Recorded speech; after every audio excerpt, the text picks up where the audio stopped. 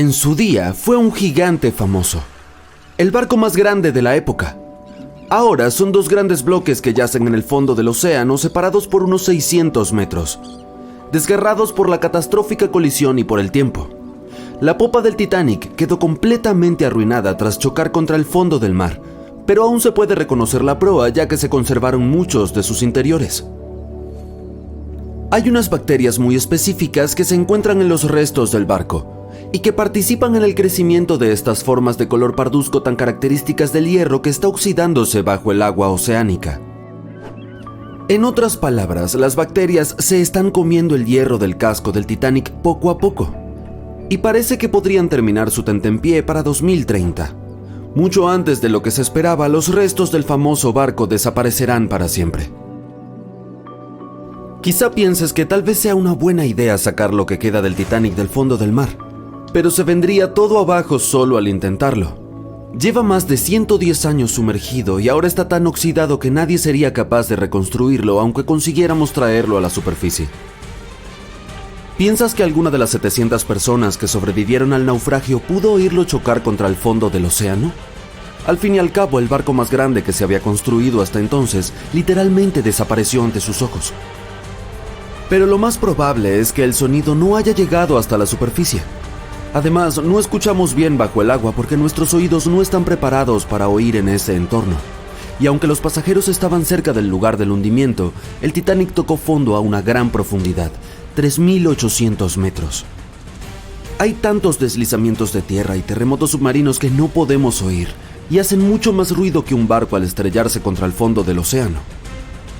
La mayoría de las vibraciones y los sonidos deben haberse dispersado por una gran zona.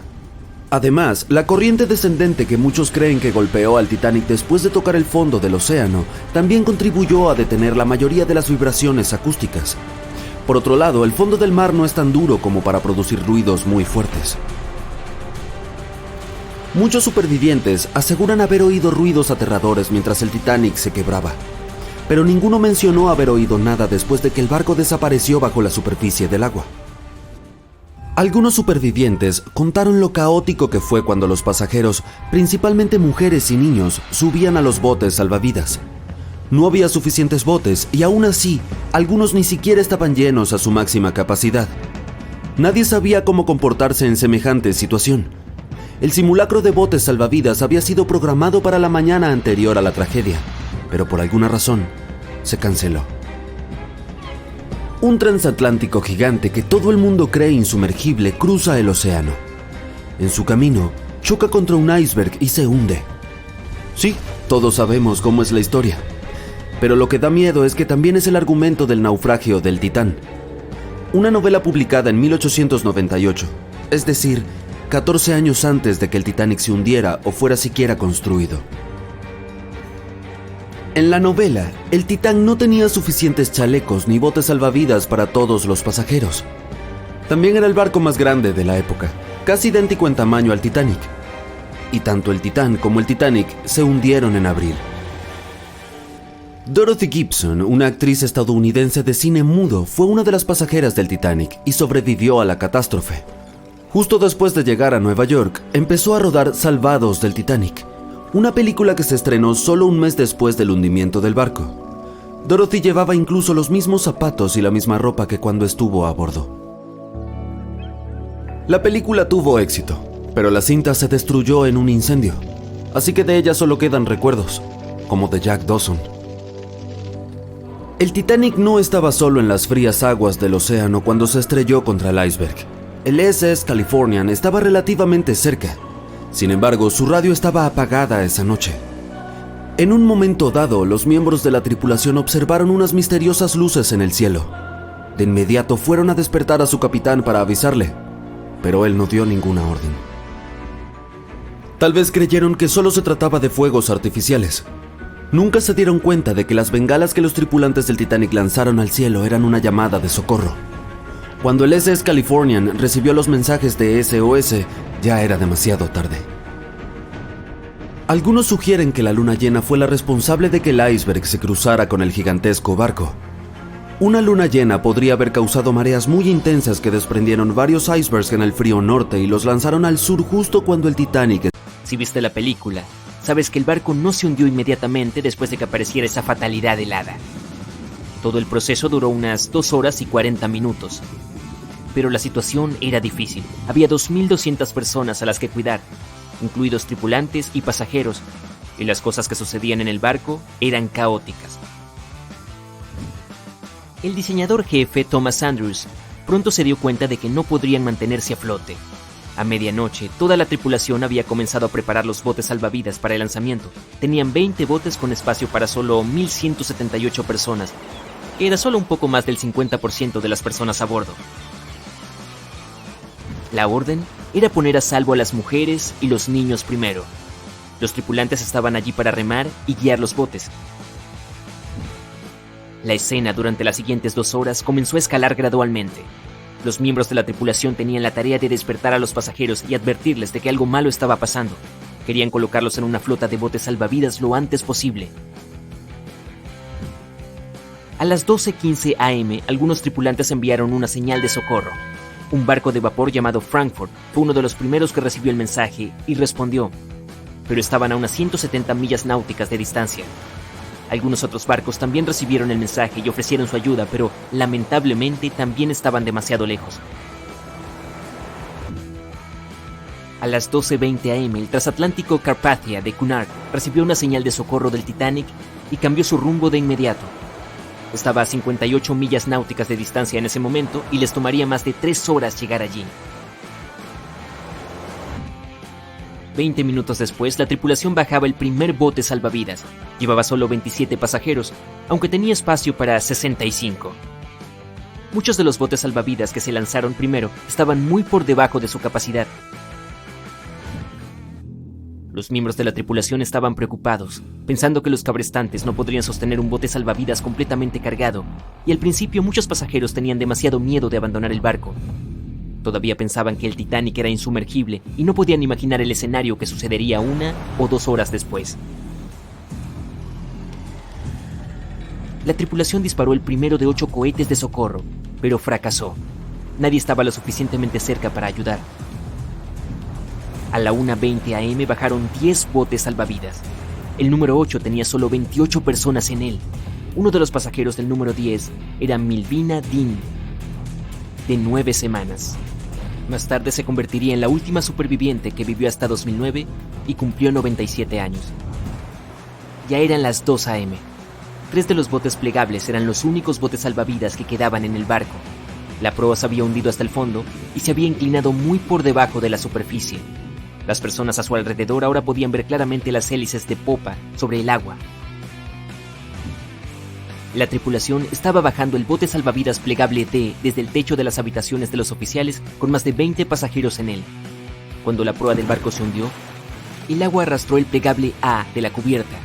Esas 20 personas luchaban porque su bote estaba parcialmente lleno de agua. Cuando los miembros de la tripulación intentaron soltar el plegable B, se cayó. Antes de que lo enderezaran, el agua lo barrió del barco. 30 pasajeros lograron encontrar seguridad en el bote salvavidas volcado. A las 2:17 am, el operador inalámbrico del barco decidió transmitir una última llamada de socorro. 1 minuto después, la luz del barco finalmente se apagó. El Titanic y todos los que quedaban a bordo se sumergieron en la oscuridad. La proa continuó hundiéndose y la popa se elevaba más sobre la superficie, lo que ejercía una gran presión sobre la sección media. Sonidos horribles llenaban la noche.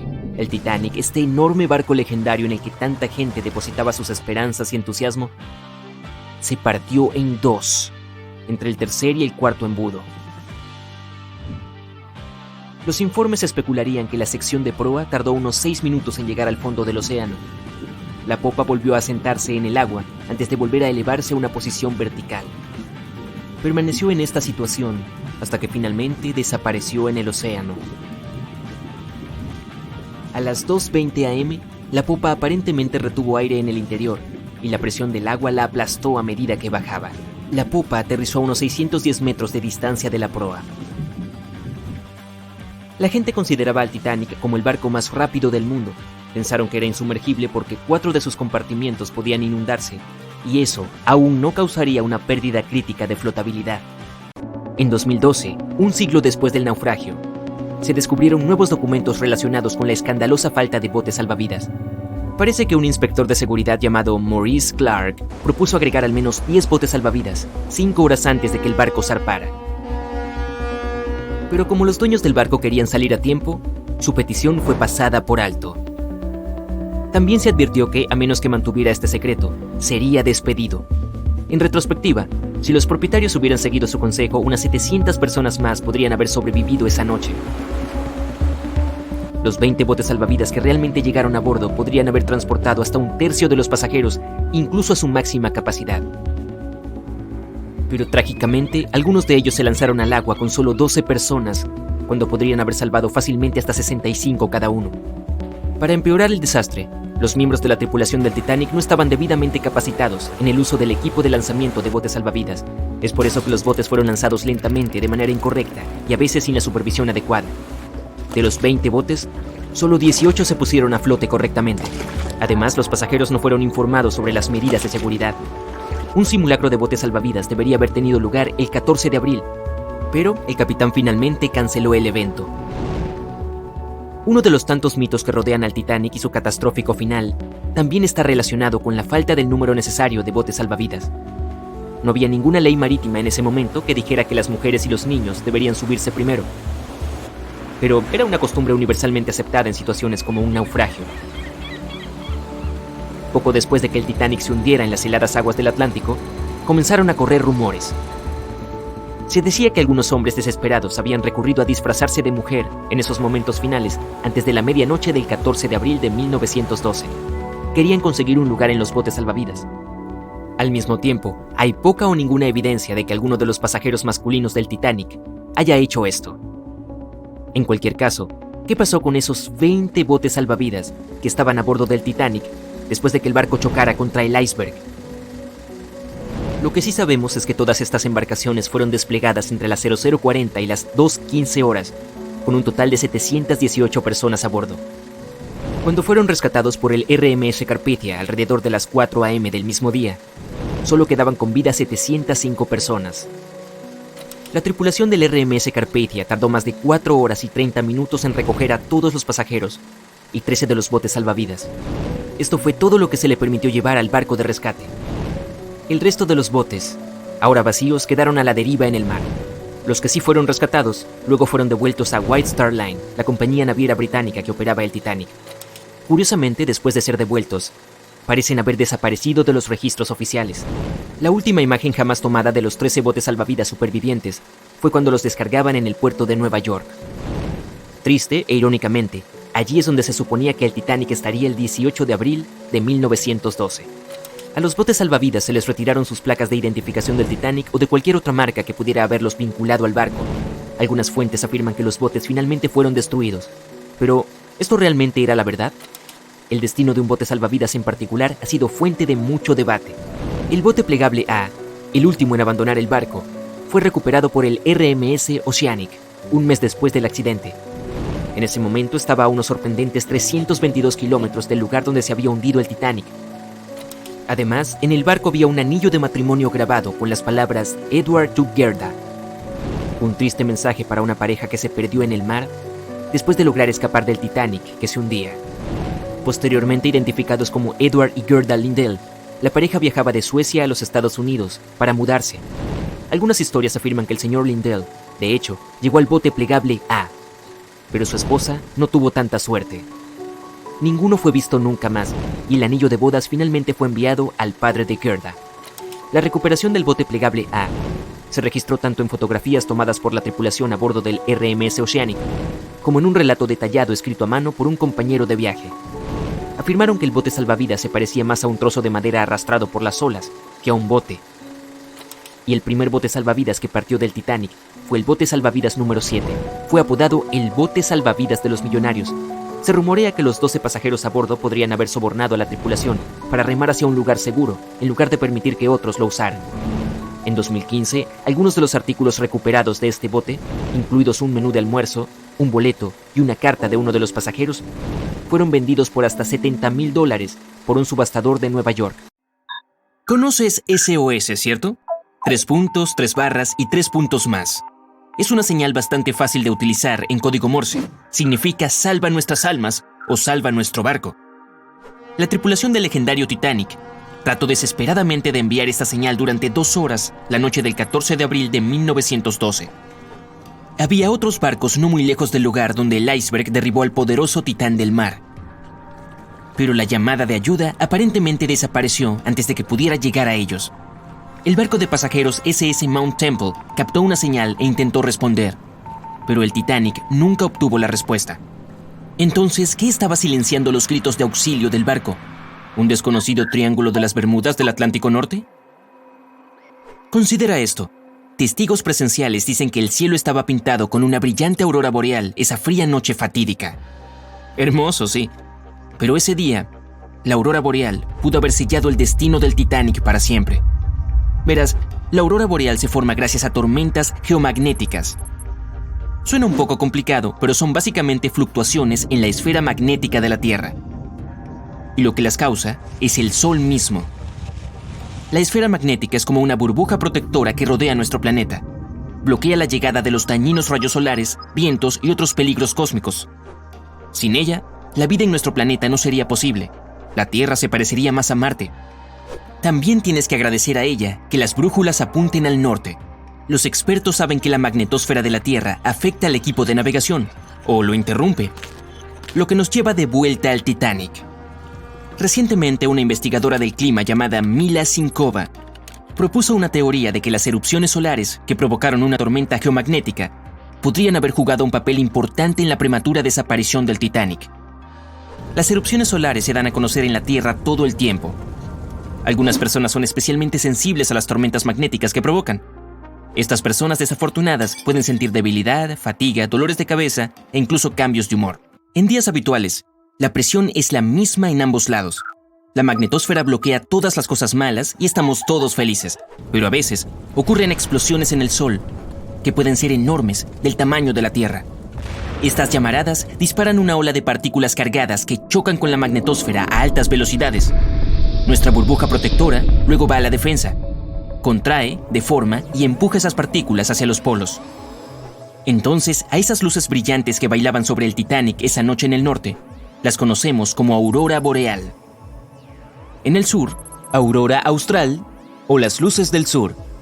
Cuando la magnetosfera empuja esas partículas solares y cósmicas hacia los polos, chocan con moléculas de diferentes gases. Por eso, obtienes la gama de colores. Por ejemplo, el oxígeno puede ser verde o rojo según la distancia, y el nitrógeno es azul o violeta. Lo que varias personas vieron esa noche fue exactamente este fenómeno, incluido el segundo oficial del barco de rescate, Carpathia. Lo anotó en el libro de registro antes de recibir la llamada de socorro del Titanic. Pero me estoy adelantando.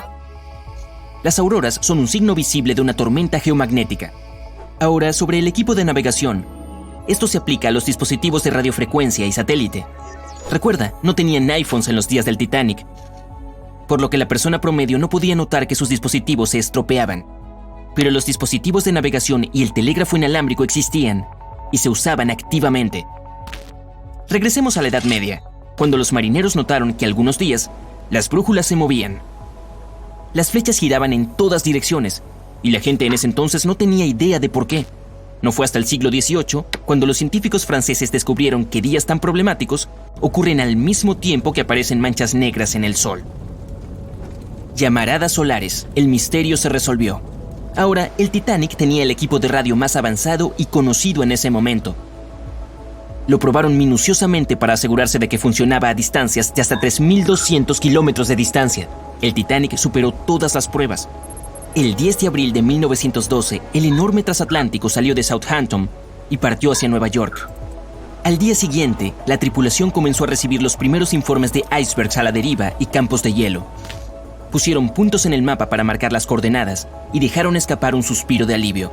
Todos los puntos problemáticos estaban al norte de la ruta planificada del Titanic, pero después de un par de días, las advertencias se estaban moviendo más y más hacia el sur, hacia el majestuoso barco. El 14 de abril, el capitán Edward Smith decidió cambiar el rumbo hacia el sur con la esperanza de sortear el hielo. Esto terminó siendo un gran error. Aquí entra la tormenta magnética. Si estaba afectando al equipo de navegación, incluso por un pequeño error de medio grado, el capitán podría haber estado llevando al barco, por error, directamente hacia un grupo de icebergs. Lo que es aún peor, los operadores de radio ignoraron las advertencias provenientes de otros barcos. Eso, o simplemente se olvidaron de entregárselas al capitán. Como contratistas privados de la compañía de radio, estaban más interesados en transmitir telegramas pagados de los pasajeros en el lujoso transatlántico. El transmisor de radio siguió fallando esa noche, probablemente debido a todo este tráfico privado. Cuando finalmente se solucionó, el operador Jack Phillips recibió otro mensaje del SS Californian a las 10:30 p.m. Estaba tratando de advertir a Phillips sobre las coordenadas de los icebergs a la deriva, pero no les prestó atención. Estaba nervioso y tenía prisa. ¿Era la tormenta magnética la culpable de sus nervios tensos y su mal humor? Solo podemos especular, pero como sabes, algunas personas son más sensibles a estas cosas. El clima también estaba bien, el océano estaba en calma, el agua era suave y cristalina. A pesar de todas las advertencias, el barco continuó navegando a una velocidad máxima de más de 40 kilómetros por hora. Una hora más tarde, el Titanic chocó con el infame iceberg.